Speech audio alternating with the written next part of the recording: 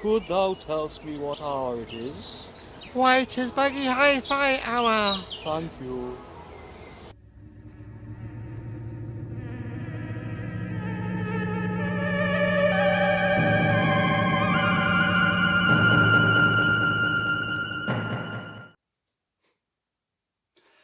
I bet you thought you tuned into the wrong channel. I bet you thought you were watching Cosmic Brian at Cosmic Vinyl. But no, you've tuned into Baggy Hi-Fi, this YouTube channel devoted to record collecting and the vinyl community here in the UK. Hope everyone is keeping well. I haven't made a video for a few weeks. I've been very busy as the world returns to almost normality. Busy with work. I haven't had that much time to listen to records. I haven't had that much time to make videos, but I have been buying records and I have been buying CDs. So that's what this latest video is. It's a catch-up video of recent stuff I've bought. Now this first batch is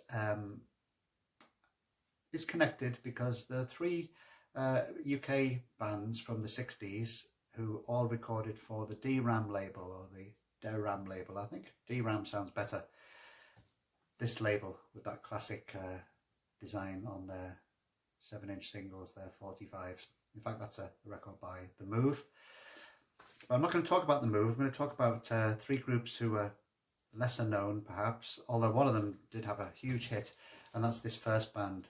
In March 1968, they had the hit I Can't Let Maggie Go, and that band is the Honey Bus. Now, I've long been a fan of the Honey Bus, but their reissues even on CD are quite expensive now, so I was really pleased to see this compilation had come out of their singles, and it's released on a label which is a team up between Wah Wah Records of Spain and Light in the Attic in the USA. So the Honey Bus were a pop band, a UK pop band. As I say, you may know I Can't Let Maggie Go. That was a huge hit in 1968, a worldwide hit. But they really recorded a load of, I think about 6 excellent mid-60s to late 60s singles, sort of tinged with psychedelia, but nevertheless keeping up the pop catchiness. So this is a lovely compilation which has a nice booklet, the story of the band. There's that DRAM logo again. Some interesting material on the band. Long loved this group. I do have some of their singles on DRAM. I'm going to do a needle drop of one of my favourites, which is Girl of Independent Means. Some lovely horns on it and some nice backwards guitar. So really pleased to see the Honey Bus get a release which is fairly easy to get hold of. Nice little Obi strip with some more information, and also Wah Wah Records have reissued their only album, which is called Story, and there's been some lost tracks released. So really that's great to know that the Honey Bus, nearly all of the Honey Bus's material is available again. Now these next two releases are on CD on the excellent Grapefruit label, which I've been raving about before, but I was so excited to see that this release was coming out, a double CD of Tintern Abbey. Now, UK Psych fans will know of Tintern Abbey because they really only famous for one fantastic 1967 single, B-side and Vacuum Cleaner. I'm not sure if it was a double A side, but anyway, that's on here. But this is the complete recordings of Tintern Abbey, and they're stretched out over 2 CDs. And there's a lot of acetates on here, so the quality is a bit dodgy at times. There are demo versions.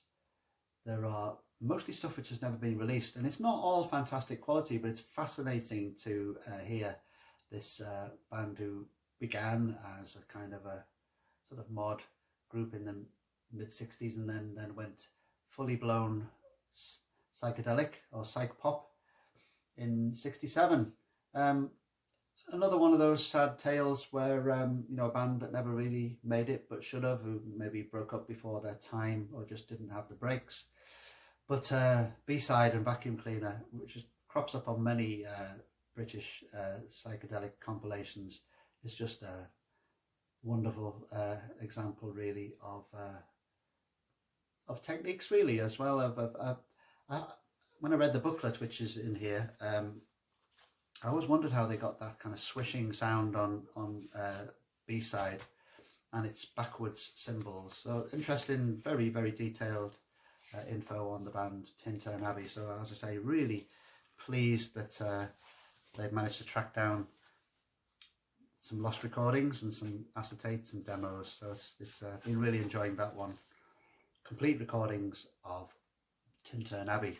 Now the next one only arrived yesterday, but it's also on the Grapefruit label, and this is a Flower Man, which is rare blooms from the band called The Sin, S-Y-N, 1965 to 69. I'd forgotten until I read the booklet in this one that The Sin contained two members who would go on to form Yes. Pete Banks and Chris Squire. So again, a really interesting story of the band in the booklet. Grapefruit do this so well. Now you can see the transition very much here on this CD of a band going from sort of Tamla Motown beat group, mod style, Who type group into something much more flowery. But I think what really works with the band called The Sin is they have had quite a gritty vocalist, soulful vocalist, and so the sort of tweeness of sort of nursery rhyme style that crops up often in British pop psych is balanced out by that kind of gutsy singing.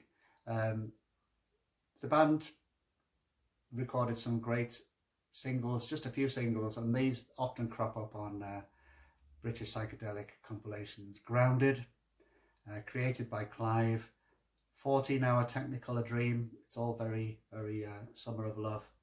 And probably my favourite is Flower Man. Apparently this was part of a rock opera, which was never recorded. Of course, The Who beat them to it, but fantastic collection.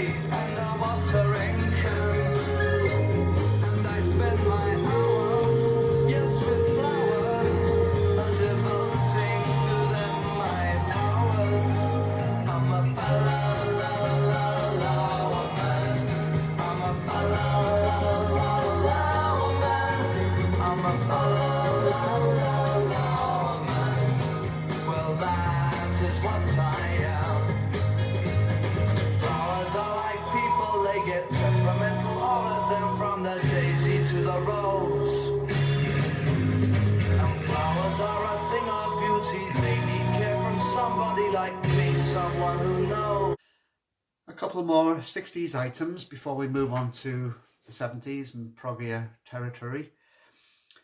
People who regularly watch Baggy Hi-Fi or been watching for a while will know that I sometimes show some Bubblegum music items, that I like that kind of thing. Well, here's one I found recently, which is definitely Bubblegum, manufactured music from the late 60s. This album is the best of the Archies, and if you're a young person, you may not know who the Archies are, but if you heard the song Sugar Sugar, I'm sure you'd know who the Archies were. A cartoon group. Archie comics have been published since the 40s, and they're still going strong today. I think a lot of Americans think that they're pretty rubbish, but I've always enjoyed reading Archie comics, because they seem to me, you know, as I was growing up, that this is what America was really like. I guess it's not. It's kind of quite a happy teen, bland land, which is depicted in the Archie comics, quite clean cut, but good fun. And this music is good fun as well. It's the best of the Archies. It's on the RCA Camden label, the budget label, that green label. It includes, of course, Sugar Sugar, but other sugary bubblegum classics like Jingle Jangle, Sugar and Spice, Everything's Alright, 17, 8 Young, Bang Shangalang. Very enjoyable. Happy to get that. This next one is from the late 60s, and I thought I would take a plunge because I don't own any other records other than the Beatles on the Apple label. Well, this is on the Apple label.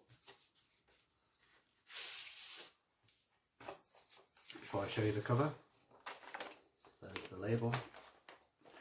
And the record is by Mary Hopkin.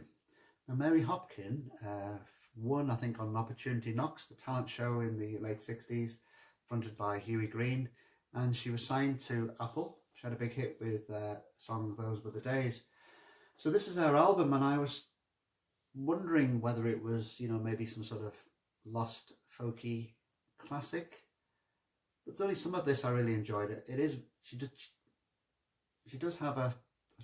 Mary does have a very crystal clear sort of choir girl style voice, and it does wear a bit thin really for me. There are a couple of, there's a song in Welsh on it which is quite nice, and also one in French as well. It's a mixed bag. The photos on this album were taken by Linda McCartney, and there is Love from Paul on EM. Someone like Mazzy could tell you better the Beatles connection there. So that's Postcard from 1969 by Mary Hopkin. Now, I've been showing quite a lot of Caravan records lately because I am aiming to buy them all, and I'm quite interested in finding how they sounded after their heyday, which would have been really sort of early to mid 70s, you know, classics like In the Land of Grey and Pink, Waterloo Lily. But the band carried on with a few lineup changes, and this one is no longer on a major label. It's from 1982, and it's their album Back to Front. But the original, more or less the original lineup is on here. Richard Sinclair had rejoined them again on bass guitar and vocals, and provides that kind of Robert Wyatt-esque style of singing which was on their most well-known records. Now, I've seen this online not get good reviews, and I can see by this stage in the early 80s that, you know, punk had quite a devastating effect on these very sort of Canterbury proggy exploratory bands. So you can see at this stage, like bands like Camel, that they were trying to be more concise and a little bit more poppy, which actually makes them slightly more bland. So I do accept that, but nevertheless I really enjoyed this record. It's enjoyed hearing Richard Sinclair sing again. It is a bit of a return to form, I would say. Terrible sleeve. There are two different sleeve designs for this, both of them not very good. But yeah, it's quite a good record, and I'll probably provide a needle drop of that.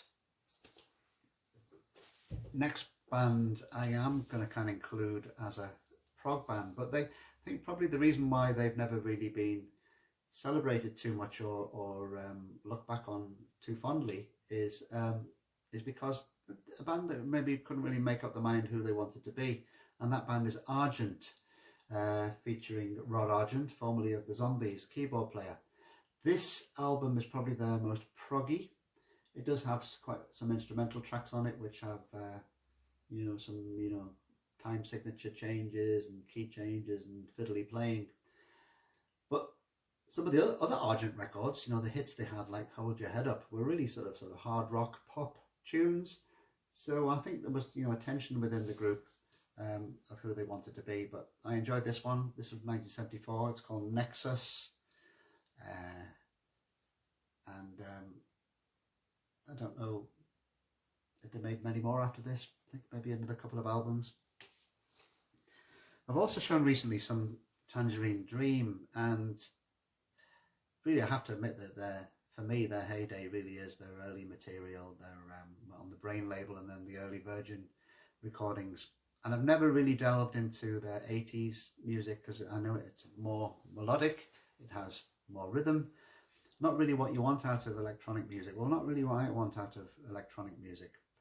But this week in an antique shop I found two of their 80s albums, Exit from 1981 and Hyperborea, which I think is from a little bit later, 83, yeah. Now they are, as I say, more melodic. I think even this one has some singing on it, definitely has rhythms, shorter tracks. This one, I know Tangerine Dream did make a lot of film soundtracks, and that's what this sounds like to me, early 80s film soundtrack music. Didn't really like this one too much. This one was better. It's somehow more bleak, I guess, fitting the theme of Hyperborea, the lost civilization. Side 2 is a long side-long track, Sphinx Lightning, which is more of in the vein of their earlier music. So, but these were only £5 each, and they're in immaculate condition. In fact, there's a little note on one of the inner sleeves. Someone has written in biro, 45-minute tape. So I guess it'd be one of those kind of buyers you got in the 80s and 70s who would buy an album and then record it onto onto a cassette, onto a nice high quality Dolby cassette. So both these records are of their time. Don't like them as much as their 70s output, but I know that there's a new generation of Tangerine Dream discoverers who really like that 80s stuff, and I think it's probably influenced these young whippersnappers who are recording under the genre of cold wave, or so I'm told. So two oddities to end with. I was in a charity shop this week, and this cover caught my eye, and it's called The Sound of Sound, and it's a sound effect record.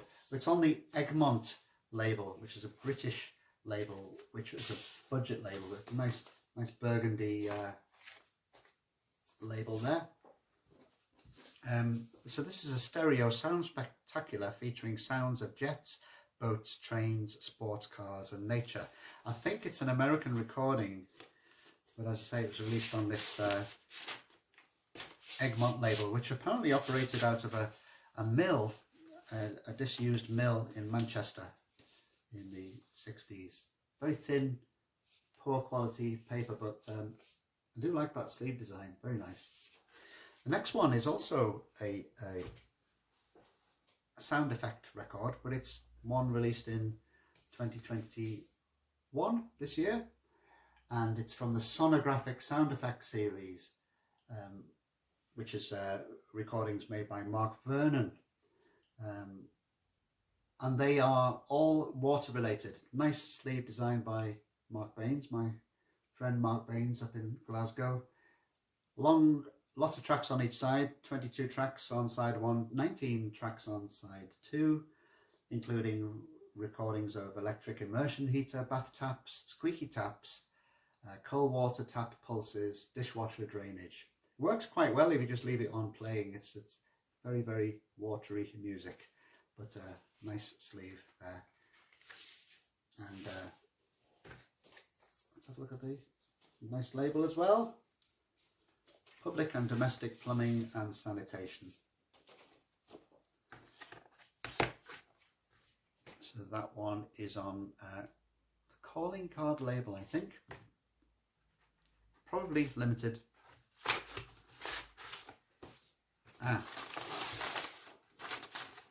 There we are. So that's the end of this video for now. I've missed out the British jazz records, which I've been buying recently as well, but they'll crop up in a different video. So everyone take care. Thanks for watching if you've made it to the end of this video, and I'll see you soon. Bye for now.